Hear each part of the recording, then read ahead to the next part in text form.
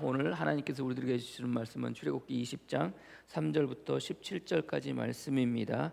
교독하겠습니다. 너는 나 위에 다른 신들을 내게 두지 말라.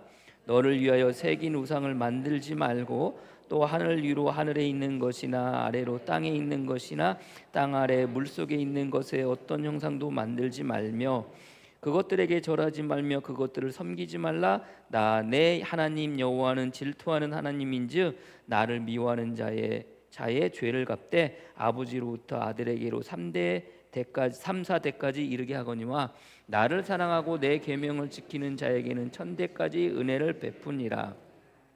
너는 내 하나님 여호와의 이름을 망령되게 부르지 말라. 여호와는 그의 이름을 망령되게 부르는 자를 죄 없다 하지 아니하리라. 안식일을 기억하여 거룩하게 지키라. 엿새 동안은 힘써 내 모든 일을 행할 것이나 일곱째 날은 내 하나님 여호와의 안식일인즉 너나 내 아들이나 내 딸이나 내 남종이나 내 여종이나 내 가축이나 내 문 안에 머무는 객이라도 아무 일도 하지 말라.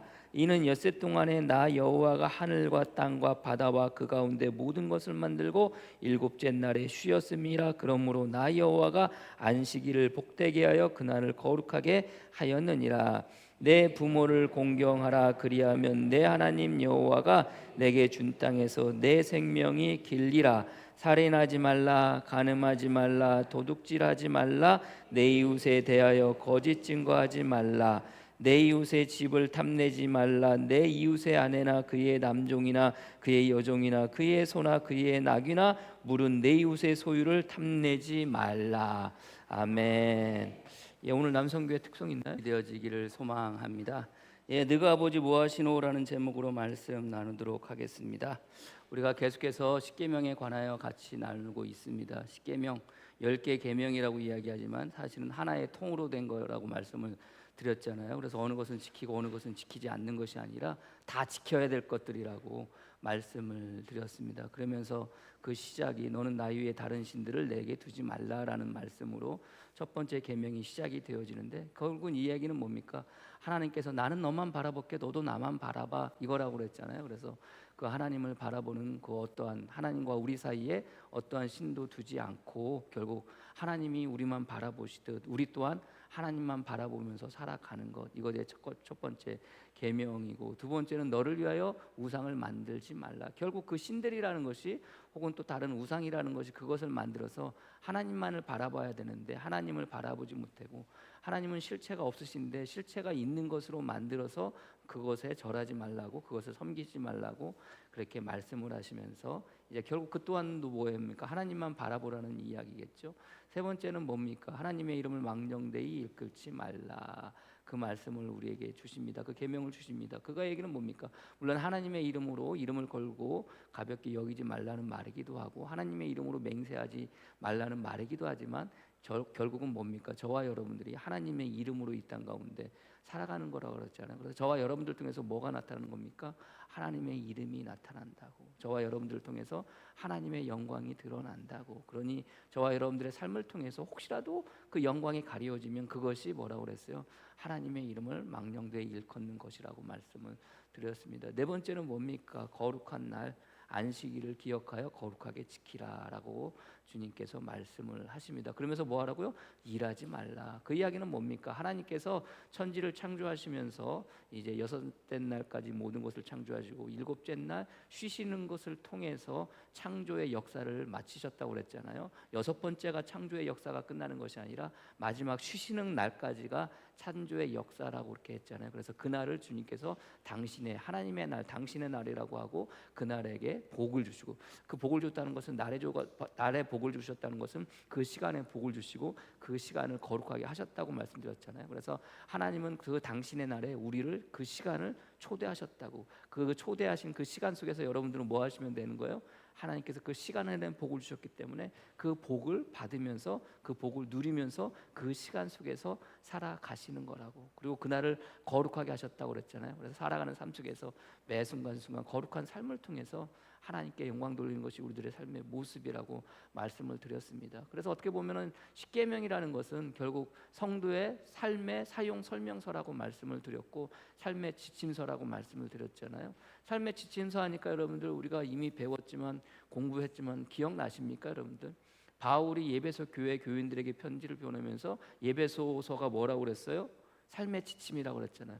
성도로서 어떻게 살아가야 될지에 대한 삶의 지침서가 뭐라고 그랬어요? 예배소서라고 그랬잖아요. 그래서 오늘 성경의 말씀 우리가 같이 읽은 말씀 가운데 특별히 5번째 계명이 이제 그 삶의 지침서라고 이야기했을 때 이제 예배소서에서 어떻게 더 확장되는지 우리가 같이 말씀을 나누겠지만 아무튼 그 여러 이제 계명 특별히 이제 하나의 계명이긴 하지만 10가지 항목으로 그렇게 하실 때 우리가 1번부터 4번까지 이제 같이 나누었고요. 5번째부터 6번째까지 나갑니다. 그러니까 많은 사람들이 1번부터 4번, 1번부터 첫 번째 계명부터 4번째 계명까지는 하나님과 우리와의 관계 속에서 해야 될 일들에 관한 것을 지침을 이야기하고 있다고 그러고 5번째부터 10번째까지는 사랑과의 관계, 이웃과의 관계 속에서 그 행해야 될 삶의 지침을 이야기한다고 이렇게 이야기를 합니다. 정말 그런가? 그러면 첫 번째부터 4번째까지는 하나님이 대상이고 5번째부터 6번째까지는 인간, 사람이 대상일까, 이웃이 대상일까? 그런 생각을 해봐요. 저도 말씀을 준비하면서 정말 그럴까, 정말 그랬을까? 하나님께서는 분명히 이 말씀을 뭐래, 십계명을 뭐라고 그랬어요? 통으로 주셨다고 그랬잖아요. 쪼개가지고 10개로 나눠서 쪼개서 주신 것이 아니라 이 말씀을 통으로 주셨다고 그랬잖아요. 내가 너희를 소유 삼고 제사장 나라 삼고 거룩한 백성이 되게 하겠다. 내 말을 들으면, 내 말을 행하면, 그러니까 이스라엘 백성들이 내가 행하겠습니다라고 이야기할 때 그래서 주신 말씀이 십계명이라고 그랬잖아요. 그럼 하나님은 그것을 나누어서 이렇게 사람들에게, 이스라엘 백성들에게 주셨까? 나에게, 나를 대상으로 한 말씀과 계명과 사람을, 인간을, 그리고 이웃을 대한 그 대상을 나누어서 주셨을까? 아니라는 거죠. 통으로 주셨다는 거죠. 그래서 어떻게 보면 5번째 계명이라는 게 어떻게 보면 이웃을 향한, 사람을 향한 계명처럼 보여지지만 아니라는 거예요. 왜 그렇습니까? 이 말씀도 동일하게 누구를 향한 거예요? 하나님을 향한 계명이라는 것을 여러분들이 믿으시기를 바랍니다. 자, 1번부터 4번까지 대부분의 말의 끝은 뭘로 끝나요? 계명의 끝은 무엇 하지 말라, 나 외에 다른 신을 두지 말라라고 말라로 끝나요. 그렇지 않습니까? 2번째 계명도 마찬가지로 여러분들, 너는 우상을 만들지 말라. 3번째 계명도 망령되이 이끌지 말라. 4번째 계명도 거룩히 기억하여, 안식일을 거룩하여 기억하고 거룩하게 지키라라고 말씀을 하시면서 뒤에 가서 뭐요? 너는 뭐 하지 말라? 일하지 말라. 그죠? 일하지 말라. 다 말라요. 그럼 5번째로 뭐로 끝나야 돼요? 말라로 끝나야 돼요. 근데 5번째로 뭐로 끝나요? 하라로 끝나요. 그리고 6번째부터 뭐로 끝나요? 말라로 끝나요. 6번째부터 계속 여러분들 뭘 어떻게 끝납니까? 말라. 살인하지 말라, 간음하지 말라, 도둑지 말라, 내 이웃에 증거하지 말라, 내 이웃의 집에 탐내지 말라라고 끝나는데 유독 5번째만 하라로 끝나요. 왜 하라로 끝났을까? 저는 그렇게 개인적으로 그렇게 생각해요. 첫 번째, 두 번째부터, 첫 번째부터 4번째까지는 무엇 하지 말라로 끝나는 것을 5번째에서 뭐 하는 거예요? 하라는 거예요. 그러면서 또 6번째부터 뭐예요? 10번째까지 말라는 것을 또 이야기하시잖아요. 이야기하는 것에 대해서도 뭐 하라는 거예요? 하라는 거예요. 많은 것을 하는 거고, 첫 번째부터 4번째도 그렇게 하지 말라는 것을 너는 뭐 하라는 거예요? 하라는 거예요. 그리고 또 이웃과 사람과에 대한 관계 속에서 일어날 일들에 대해서, 그들의 삶의 지침에 대해서 무엇을 하지 말라는 것을 뭐 하라는 거예요? 하라는 거예요. 그래서 여러분들, 하나님은 굳이 그것을 나누어서 말씀하셨을까? 여러분들, 이 십계명을 돌판에 새기는데 몇 개의 돌판에 새겨주세요? 2개의 돌판을 새겨주세요. 별의별 생각을 다 해봤어요. 2개의 돌판을 새겨주셨는데, 그러면 앞에 부분, 첫 번째부터 4번째 부분은 신에 대한, 하나님에 대한 그 지침이니까, 성도로서의 삶의 지침이니까 첫 번째 돌판에는 1번부터 4번까지 적혀 있고, 나머지 5번째부터 10번째 그 계명은 그 사람에 대한, 이웃에 대한 삶의 지침이니까, 그럼 2번째 돌판에 새겨져 있을까? 뭐 그렇게 추측할 수가 있잖아요. 그렇게 생각할 수 있잖아요. 그러면 여러분들, 분량이라는 게 1번부터 4번까지는 첫 번째 돌판에 새겼는데 거기에 꽉 차고 5번째부터 10번째까지는 2번째 돌판에 꽉 찼을까? 뭐 그런 생각을 또 해보게 돼요. 근데 저같이 생각하는 사람들이 있더라고요. 어떤 학자가 연구를 했어요. 그래가지고 이 히브리어로 이렇게 그것을 딱 했는데 이 분량을 생각할 거 아닙니까? 첫 번째 돌판, 두 번째 돌판, 첫 번째 돌판, 두 번째 돌판을 주님께서 새기실 때 다르게 새겼을까? 길이가 달랐을까? 넓이가 달랐을까? 똑같이 새기지 않았을까? 똑같은 돌판에 새기지 않았을까? 비슷한 분량에. 그럼 여러분들 그것을 이렇게 적어주셨을 때 하나님께서 친히 돌판에 새기셨으니까 분량이 다를까?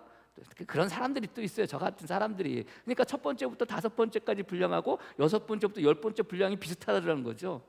그러니까 첫 번째부터 네 번째 돌판, 네 번째까지 계명을 첫 번째 돌판에 새기고 다섯 번째부터 열 번째까지 6개 계명이니까 여섯 번째 돌판은 두 번째 돌판에 새기는 것이 아니라 가만히 보니까 첫 번째부터 다섯 번째까지 여섯 번째부터 열 번째까지 분량이 비슷하더라는 거예요. 그래서 그것을 첫 번째부터 네 번째 나누고 다섯 번째부터 열 번째 나누는 것이 아니라 첫 번째부터 다섯 번째까지 나누고 여섯 번째부터 열 번째까지 나누었다라고 생각을 하는 분들이 하는 학자가 있어요. 그렇다면은 여러분들 오늘 우리가 같이 읽은 말씀 가운데 내 부모를 공경하라는 이 말씀은 어디에 속하게 돼요? 사랑과의 관계 속에서 해야 될 삶의 지침처럼 생각할 수도 있겠지만 다른 한편으로는 하나님과의 관계 속에서 지켜야 될 계명으로 우리가 생각할 수 있다는 거예요. 그래서 어떤 학자는 그 부분에 대해서 그렇게 생각해요. 저도 이렇게 보면서 결국 부모를 공경한다는 것은 하나님을 향한 첫 번째부터 네 번째 계명을 다 지키는 자가 우리가 살아가는 삶 속에서 무엇으로 부모를 공경하는 것으로 그것이 나타날 수 있구나. 하나님을 사랑하고 결국 오늘 첫 번째부터 네 번째 계명이라는 게 결국 뭡니까? 하나님을 내 몸과 같이 내 하나님의 마음을 다하고 뜻을 다하고 성품을 다해서 사랑하는 것이 첫 번째부터 네 번째 계명 아닙니까? 그것을 요약하면 그거라고 그랬잖아요. 결국 하나님을 사랑하는 것이 나타나는 것, 하나님을 사랑하는 성도가 결국 삶의 사랑과의 관계 속에서 나타나는 첫 번째가 무엇인가? 그것이 뭐라는 거예요? 부모를 공경하는 거예요.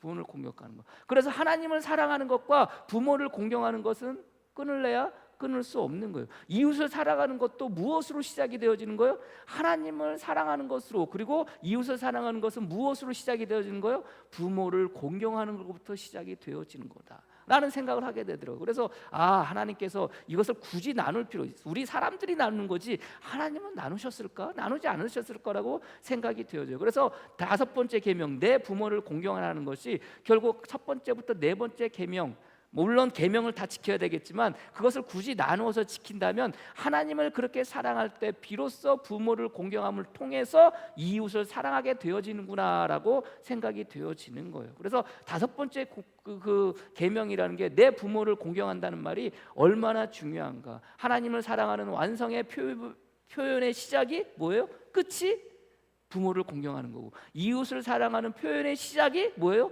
부모를 공경하는 거예요. 자, 그러면 여러분들 부모를 공경하라고 오늘 성경은 이야기하고 있어요. 내 부모를 공경하라. 공경하는 게 어떤 게 공경하는 거예요? 가끔 이제 저는 이제 이 말씀을 이렇게 할 때마다 공경하라와 또 뭐가 있어요? 받침 하나 틀린 공격하라가 있잖아요. 공격하라가 있잖아요. 아무튼 그래요. 공경하는 게 어떤 게 공경하는 건가요? 여러분들 한번 생각해 보세요. 어떤 게 공경하는가? 어떻게 하는 게 공경하는 거예요? 부모를 공경하라 끊임없이 이야기를 해요. 근데 그러면 이 공경한다는 말이 도대체 어떤 말일까? 어떻게 하는 게 공경하는가? 네이버 사전을 찾아보니까 공손히 받들어 모신다는 말이래요. 공손히 받들어 모신다는 거예요. 잘 모시고 살면 공경하는 건가요? 여러분들 어때요? 잘 모시고 걱정 없이 정말 그렇게 살아가게 하시는 게 공경하는 건가요? 예전에는요 공경하는 게 여러분들 잘 됐어요. 근데 요즘은요 공경하는 거 쉽지가 않아요. 공손히 받들어 모시고 살아가는 거 쉬워요? 겁나게 어려워요. 왜 겁나게 어려운 줄 아세요? 너무 오래 사셔.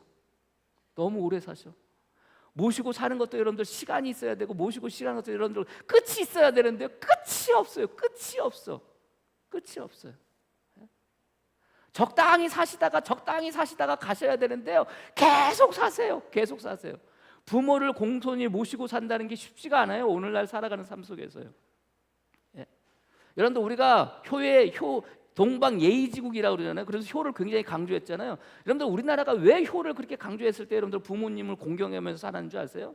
조선 시대만 해도요, 여러분들 성인 남자의 여러분들 평균 수명이 몇 살인 줄 아세요? 35세예요. 조선 시대만 해도. 물론 거기에 이제 약점이 있어요. 함정이 있는데 뭐냐면 영유아 사망률이 많으니까 거기까지 평균으로 치니까 이제 그 수가 줄어들어가지고 그 나이가 줄어 35세가 되는데, 대략 조선시대의 평균 남자의 수명을 몇 세로 보냐면 45세 정도로 봤어요. 45세면 죽는 거예요, 여러분들. 그럼 여러분들 자식으로 태어나가지고 여러분들 45세에 죽는 부모 여러분들 뭐 할 수 있어요? 공경할 수 있어요. 공손히 받들어 살 수 있어요. 45세에 죽으면요. 왜요? 그래서 여러분들 예전엔 결혼을 일찍 하는 거예요. 왜요? 일찍 죽으니까. 45세에 죽으니까 15살, 20살 때 결혼을 하는 거예요. 15살, 20살 때 결혼해서 애를 낳으면 여러분들, 애가 여러분들 그 내가 낳았을 때 여러분들 그 아이가 부모가 죽을 나이가 되면 몇 살 되는 거예요? 25살이 되는 거예요. 20살, 30살 되는 거예요. 그쯤 되면 여러분들 부모 공경할 만해요. 공손히 받들어 모실 만해요. 그쯤 되면은 45세쯤에 죽으니까. 그러니까 여러분들 일찍 죽으니까 자식들이 뭐 할 수밖에 없어요? 부모님을 공손히 받들어 모실 수밖에 없어요. 그리고 생각해 보세요. 45세에 죽은데 이 45세에 죽은 이 부모님이 늦게 아이를 낳았어. 환창현 신부님은 그거에 대해서 늦게 아이를 낳았어요. 근데 그 아이가 한 30살밖에 안 됐다고 쳐봐요. 그 아이가 30살밖에 안 됐는데 그 아버지가 45세에 죽어. 그럼 그 아이 누가 돌봐야 돼요? 누가 돌봐야 돼요? 장남이 돌봐야 돼요. 장남이. 그러니까 그들 마음 가운데 아버님이 어떻게 해야 돼요? 부모님이 오래 사셔야 되는 거예요. 얼마만큼? 맨 마지막에 낳은 아이가 장성할 만큼. 그 나이가 몇 살인 줄 아세요? 그 나이가 60살이에요. 그래서 그때 여러분들 얼마만큼 살면 딱 적당히 사는 거냐? 60살 정도 살면 적당히 사는 거래요. 그래서 그 60이 뭐예요? 한갑이에요. 그쯤 되면은 살다가 맨 마지막에 낳은 아이가 어느 정도 장성해서 장남이 송 쓰지 않아도 장남이 신경 쓰지 않아도 살 만큼 나이가 된다는 거예요. 그래서 그때 죽는 게 가장 좋은 거라는 거예요. 제 얘기가 아니라 그 신부님이 그렇게 이야기하더라고요. 저 준비하다 보니까. 그래서 60세 정도 죽는 게 뭐예요? 한갑이에요. 60세가 한갑이에요. 그래서 61세가 뭐예요? 진갑이라는 거예요. 진갑이 나갈 진짜 써서 더 나간다는 거예요. 그래서 어떻게 보면은 그때만 해도 부모를 공경만 해요. 근데 요즘 어떻게 해요? 너무 오래 살아요. 너무 오래 살아요. 2030년도 여러분들 기대 수명이 몇 살인 줄 아세요? 120살이에요. 2040년도 기대 수명이 몇 살인 줄 아세요? 140살이에요. 안 죽어요. 안 죽어. 예? 안 죽어요. 여러분들 긴 병 끝에 효자 없다고. 여러분들 부모가 그렇게 오래 살았는데 끝까지 여러분들 공손히 받들어 모실 수 있어요? 힘들어요. 힘들어요. 예? 거기에다가 여러분들 그냥 온전하게 맹전시로 살아가시면 그나마 나. 예? 그렇지가 못해요. 저희 어머님도 지금 83세인가 84세인가 매년 변해서 아무튼 그러시거든요. 겉은 멀쩡하세요. 기력도 있으셔가지고 잘 다니세요. 힘들게 다니시지만 다니세요. 정신이 그렇지가 못해요. 치매가 오셔가지고요. 치매가 와가지고 그러지가 못하는 거예요. 집에 혼자 계시는데 혼자 계실 수가 없어요. 뭘 드시면 한없이 드셔요. 당신이 밥을 먹었는지 안 먹었는지 금방 드시고 돌아서면 잊어버려. 그리고 가서 또 드세요. 그러니까 뭐예요? 매일 배가 속이 안 좋은 거예요. 속이 안 좋은 거예요. 뭘 어디에 뒀는지 몰라요. 그래서 우리 어머님은 맨날 하는 얘기하면 자기 집에, 당신 집에 도둑이 들어왔다는 거예요. 도둑이 들어와요. 하도 그래가지고요 제가 CCTV를 설치를 해놨어요. 보시라고. 근데 나중에는 어떻게 하신지 아십니까? CCTV를 와가지고 그 도둑년이 고장을 냈다는 거예요. 어디다 숨겨놔요. 왜 그러면 도둑놈이 들어온다고 생각하니까 여러분들 그걸 어디다 두겠습니까? 숨겨놔요. 그리고 어디다 숨겨놨는지 잊어버리셔. 그리고 쓰레기를 어디다 한참 싸놔요. 먹은 음식을 싸놔요. 먹은 음식을 어디다 숨겨놔요. 썩은 내가 펑펑 나요. 썩은 내가. 그렇게 사셔요. 근데 그렇게 사는 거 하도 볼 수가 없으니까 어떻게 해요? 동생들이 저희가 5남매니까 한 주씩 돌아가면서 뭐 하기로 해서 케어하기로 했어요. 한 주씩 돌아가면서 보기로 하셨어요. 특별히 주말 같은 날은 한 주씩 가면서 돌보기로 하는 거예요. 저는 못 가잖아요.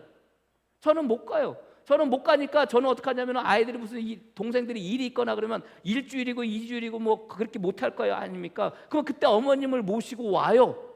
공손히 받들어 섬겨야 되죠.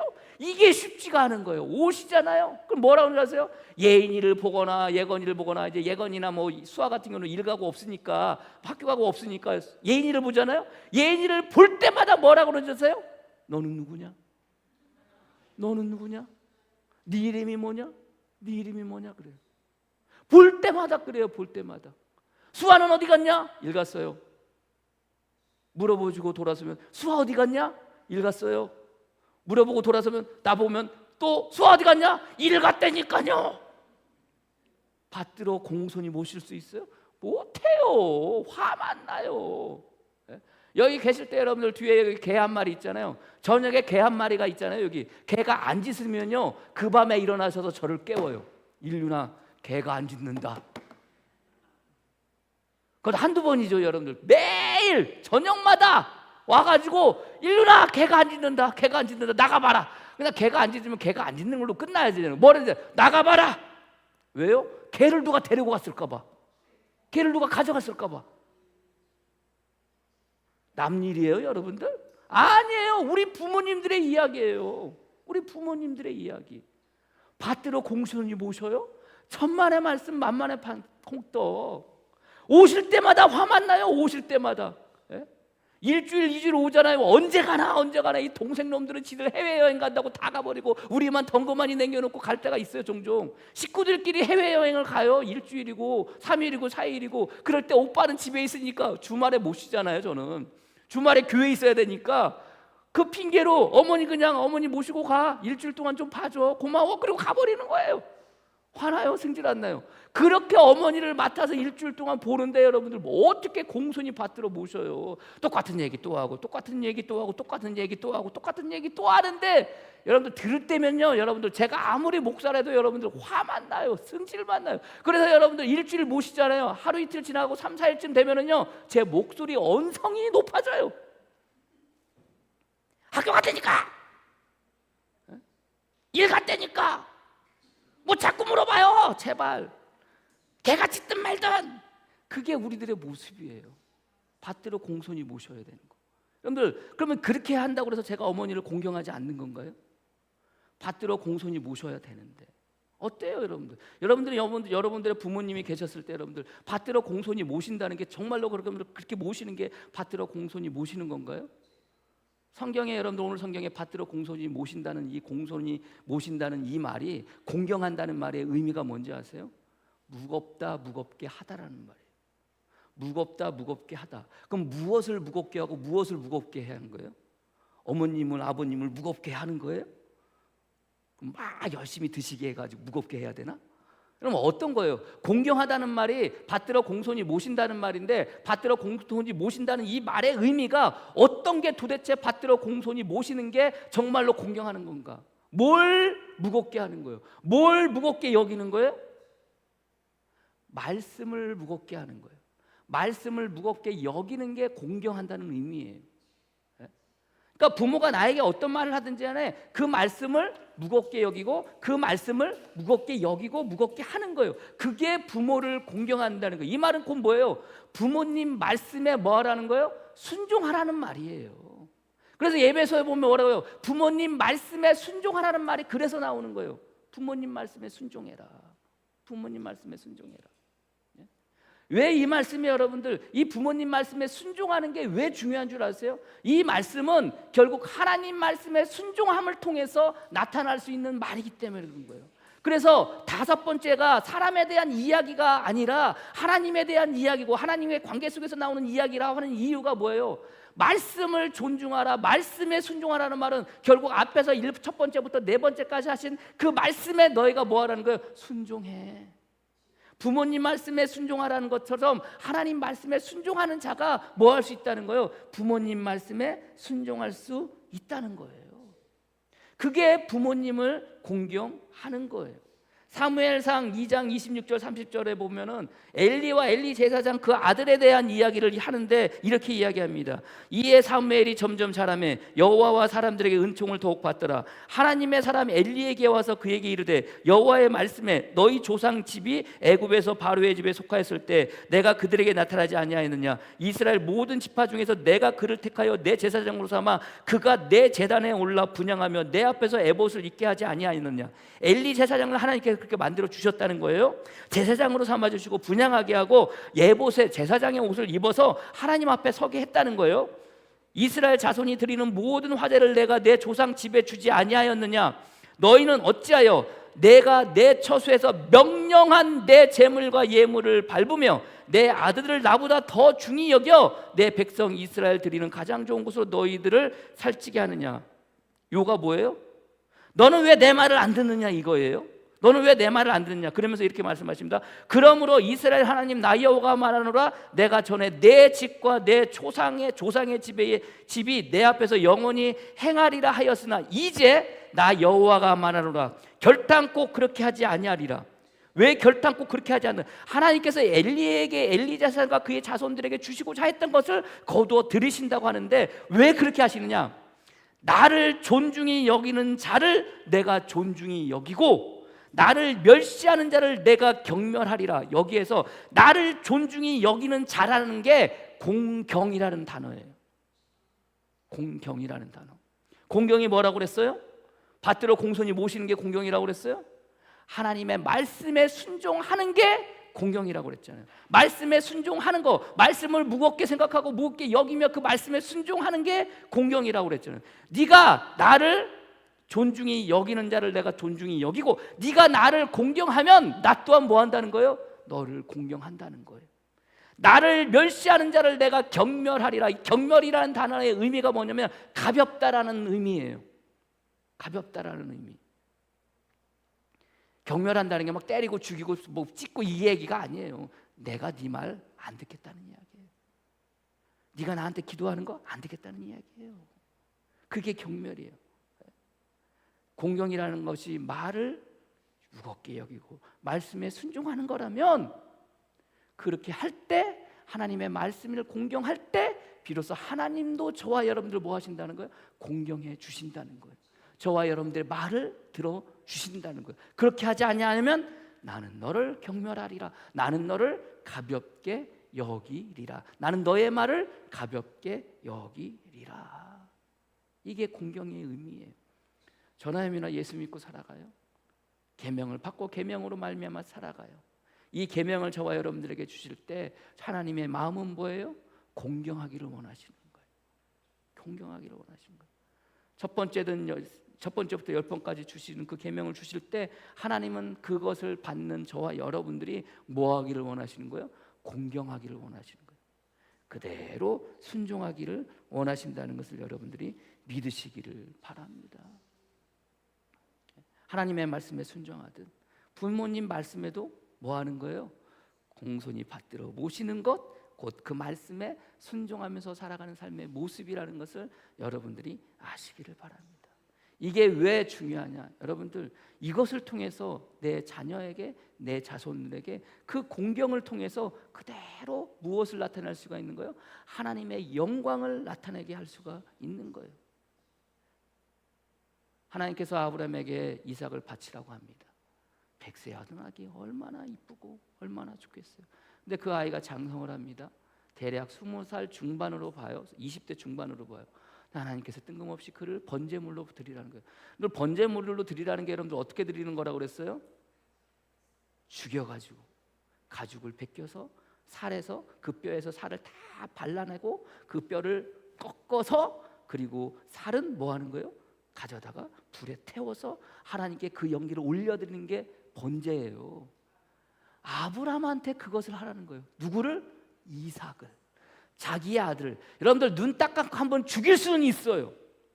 죽일 수는 있어요. 눈 딱 감고. 근데 여러분들 그 죽인 그 아들을 껍데기를 다 벗겨 살에서 뼈에서 살을 다 발라내.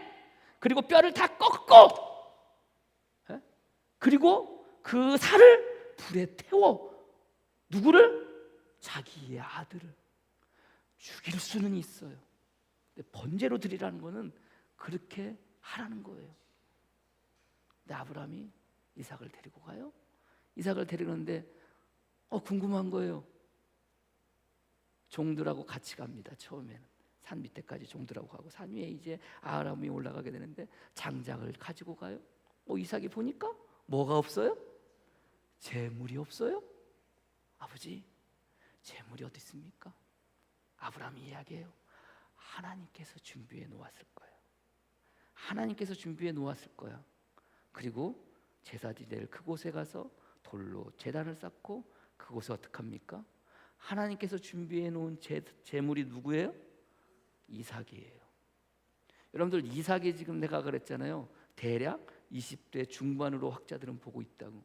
20대 중반의 아들이 100세가 넘은, 그럼 대략 여러분 100세 때 아들을 얻었다면 여러분들 아브라함의 나이는 지금 몇 살이에요? 120살이에요. 무슨 노인네가 기력이 있다고 여러분들 20살 넘은 장정을 여러분들 꽁꽁 묶어가지고 여러분들 제단 위에 올려놓을 수가 있겠습니까? 생각해 보세요. 그렇게 할 수가 있겠습니까? 아니에요. 이삭이 스스로가 아버지가 하는 대로 가만히 있는 거예요. 가만히 있는 거예요. 그런데 여기에서 아버지가 묶을 때 가만히 있는 거예요.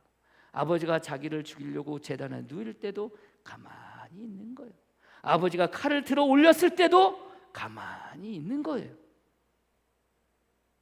그렇게 하실 수가 있어요? 이게 뭐예요? 이게 공경이에요. 이삭이 아버지를 향한 마음, 이게 공경이에요.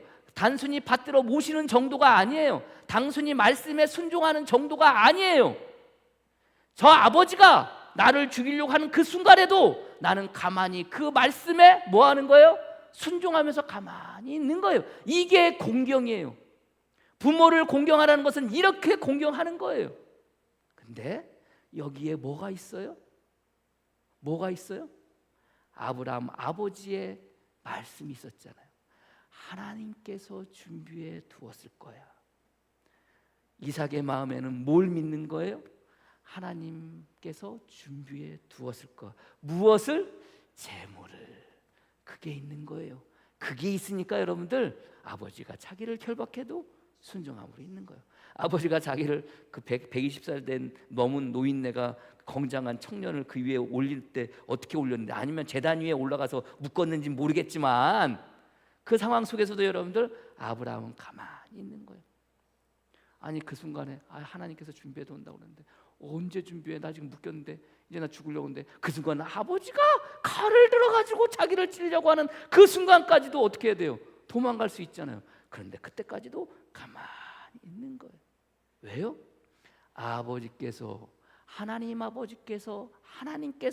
준비해 두었을 거야라는 이 말씀에 뭐 하는 거예요? 순종하는 거예요. 이게 공경이에요. 이게 부모를 공경하라? 적당히 모시고 적당히 편하게 살게 하는 정도가 아닌 거예요. 하나님께 공경하듯 부모를 공경하면서 하는 게, 그게 부모를 공경하는 것이라는 것을 여러분들이 믿으시기를 바랍니다. 성경에 보면요, 참 그렇게 부모를 공경했던 사람이 누구예요? 이삭이에요. 그 부모를 공경했던 그 마음 때문에 결국 어떻게 되는지 아십니까? 누구를 공경하게 돼요? 하나님의 말씀을 공경하게 돼요. 그래서 가나안 땅에 기근이 일어납니다. 먹고 살기 힘들어져요. 그때 모든 사람들이 어디로 가려고 그래요? 애굽으로 피신하려고 그래요. 애굽으로 가려고 해요. 그때 하나님의 사자가 이삭에게 나서 너는 애굽으로 내려가지 마라 라고 이야기했을 때, 이삭이 어떻게 했을까요? 여기 있으면 먹고 사는 게 힘들어요. 그 말씀에 순종함으로 애굽으로 내려가지 않게 돼요. 부모님이 나이 들다 보면 이게 참 쉽지가 않아요. 말씀에 순종하는 게 쉽지가 않아요. 여러분들, 다윗이 이세의 아들의 막내입니다. 이세가 여러분들 아들을 몇 명을 가진 줄 아세요? 8명을 가졌어요. 그 가운데 막내가 다윗이에요. 여러분들, 이세라는 사람이, 성경에 보면 이세라는 사람을 참 좋게 이야기하는데, 저는요 이세를 봤을 때 아버지로서 여러분들 형편없는 사람이에요. 생각해 보세요. 사무엘이 이세의 집에 와서 아들들에게 안수를 하려고 합니다. 그 아들 가운데 한 사람에게 안수를 하려고 그래요. 근데 아무리 봐도 없어. 여러분들 당시에 기름 부은다는 거는 두 종류예요. 두 개예요. 하나는 제사장으로 쓰임 받을 때, 임명될 때 기름을 부어주고, 하나는 왕으로 임명되어질 때 기름을 부어줘요. 왕이 될 사람에게. 그럼 여러분들 지금 생각해 보세요. 이새의 자기 집에 사무엘 제사장이 와가지고 아들에게 기름을 부어준다는 것은 이 아들을 제사장 삼겠다는 거예요? 아니에요. 다윗은, 이새는 어느 지파 사람이에요? 유다 지파 사람이에요. 성전에서 일할 수 없는 사람이에요. 그러면 자기에게 와서 자기의 아들에게 기름 부어주겠다는 이야기는 무엇 삼겠다는 거예요? 왕 삼겠다는 거예요. 왕 삼겠다는 거예요. 근데 여러분들 아들들이 다 와가지고 보는데 사무엘의 마음이 아닌 거예요. 기름 부을 사람이 없는 거예요. 그러니까 뭐 하라고 그랬다. 아들이 다냐 그러니까 아들이 있는데, 이색을 아들이 다냐 그러니까 아들이 있는데 지금 뭐 한다는 거예요? 밖에 나가서 양치고 있다는 거예요. 어리다는 거예요. 그게 여러분들 아버지로서 할 말이에요. 생각을 해보세요. 다윗 자기 막내이긴 하지만 지금 사무엘이 지금 친히 온 거잖아요. 그리고 기름 부겠다는 거 아닙니까? 왕으로서 기름 부겠다는 거 아닙니까? 기름 부어주겠다는 거예요. 그러면 7번째 아들까지 아니라고 그러면 여러분들 어떻게 해야 돼? 야, 빨리 가서 막내 데리고 와! 그래야 되는 거 아닙니까? 아유, 걔는 막내 필요 없어요. 상관없어요. 신경 쓰지 마세요. 이게 아버지예요, 여러분들. 기름 부어요? 기름 붓고 난 다음에 이제 자기의 아들이 이스라엘 왕이 될 것을 뭐예요? 아는 거예요. 이제 알고 있어요. 근데 여러분들 전쟁이 일어났네. 부zet하고 나이가 들어, 이새에게 나이가 들어 아들이 8명 있는데 그 가운데 3명이 전쟁터에 나가요. 다윗은 밖에 나가서 양들을 치고 있었어요. 근데 그 아들들한테 뭘 보내요? 도시락을 보내는 거예요. 누구를 시켰을까요? 전쟁에 나가지 않은 4번째, 5번째, 6번째, 7번째? 양치고 있는 막내 이새를 불러다가 도시락 갖다 주라는 거예요. 이게 생각 있는 노인네입니까? 저는요, 그 순간에 이새가 망령들지 않았을까. 나이가 많아. 이새가 8명의 아들이 있다고 그러는데 나이가 많다는 표현을 왜 굳이 거기다 썼을까? 제정신이 아닌 것 같아요. 아니, 내 막내가 왕이 되기 위해서 기름 부음을 받았다면 어떻게 해야 돼요? 보호해야 되잖아요. 왕이 될 때까지 보호해야 되잖아요. 근데 그 아들을 어디로 보내요? 전쟁터로. 뭐 하라고? 첫 번째, 두 번째, 세 번째 아들한테 도시락 주려고 보내는 거예요. 이게 여러분들 제정신인 아버지예요? 저는 그렇게 보이더라고요, 그게. 근데 여러분들 다윗이 어떻게 해요? 아빠, 나 지금 양치고 있는데 4번째 형 시키든지 5째 형 시키든지 6째 형 시키든지 7째 형 시키든지 왜 나한테 시켜? 그렇게 합니까? 아니에요. 다윗도 알아요. 자기가 기름 부은 거 알아요. 근데 어떡합니까? 나가는 거예요. 아버지 말씀에 순종해서 가는 거예요. 그게 뭐예요? 그게 공경이에요. 그게 공경이에요. 그런데 여러분들, 제가 볼 땐 이새라는 인물이 그런 인물이에요. 근데 성경은요, 항상 이야기할 때 그 이새를 어떻게 들었어요? 이새의 뿌리에서 누가 나와요? 예수 그리스도가 나오는 거예요. 이새의 뿌리에서.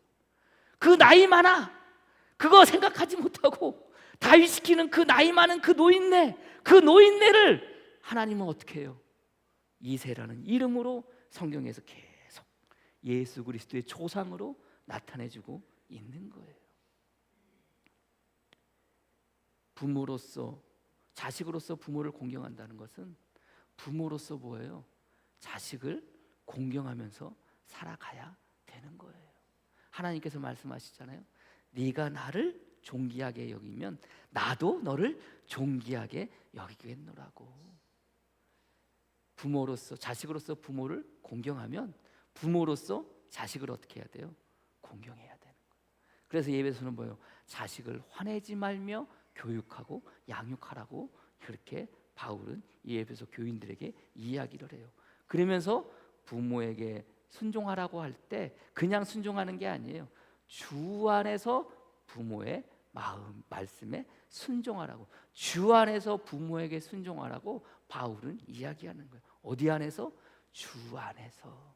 어디 안에서? 주님의 교훈과 주님의 말씀 안에서 그렇게 순종하면서 공경하면서 살아가는 거예요.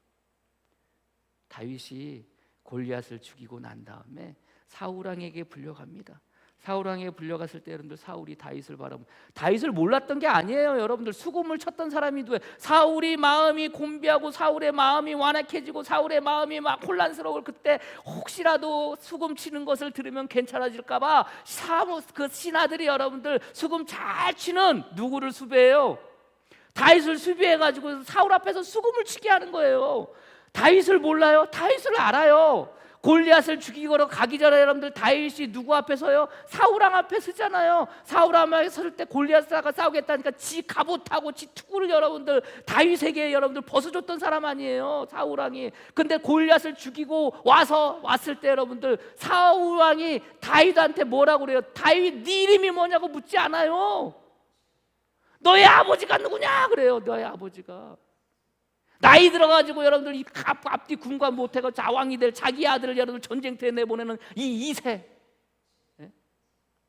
막내 아들이라고 여러분들 밖에서 지금 양치고 있는데 아유 얘는 서기도 없어, 상관도 없어, 상관도 없어요. 얘는 뭐 그렇게 기름 부을 놈이 아니에요. 그렇게 말하는 자기 자식을 그렇게 생각하는 그 이세. 근데 여러분들 성경은 뭐라고 그래요? 너의 아버지가 누구냐 그래요. 너의 아버지가 누구냐? 너의 아버지의 이름이 뭐냐? 물어봐요. 이세를 물어보는 거예요. 몰라서 물어봐요.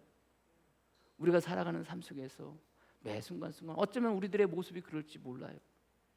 그럴지 몰라요. 그러나 하나님은 어떻게 하시는 거예요? 저와 여러분들을 붙들어 주시고 세워주셔서 존귀하게 공경해 주시는 거예요. 주시는 거예요.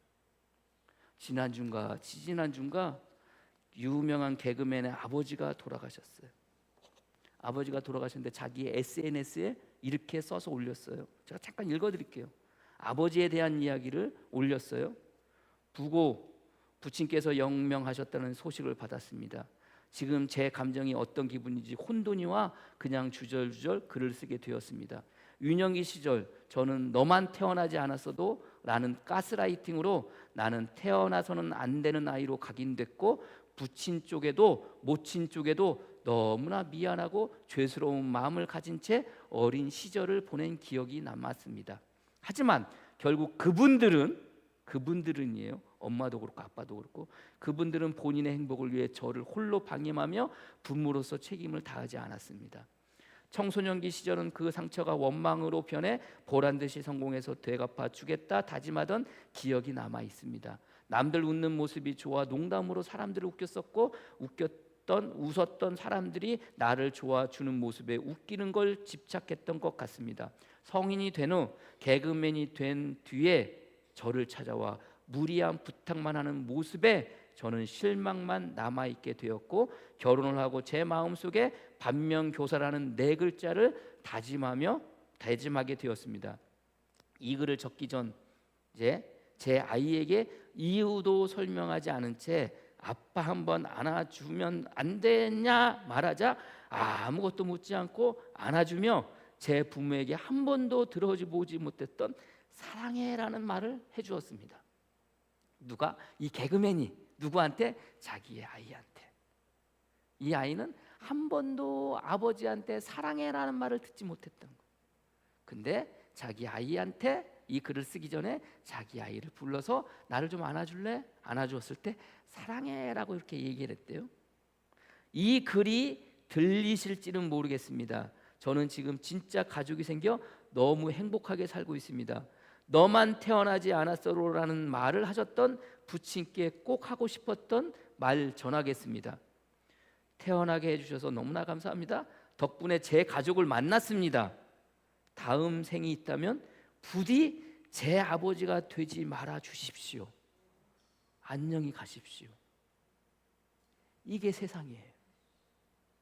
안타깝지만 그러나 우리를 향한 하나님의 마음은 뭐예요? 나이 들어가지고 앞뒤 분간하지 못하고 왕이 될 상인 다윗을, 자기 아들을, 형들을 위해서 도시락을 싸가지고 들려보내는 이 이세.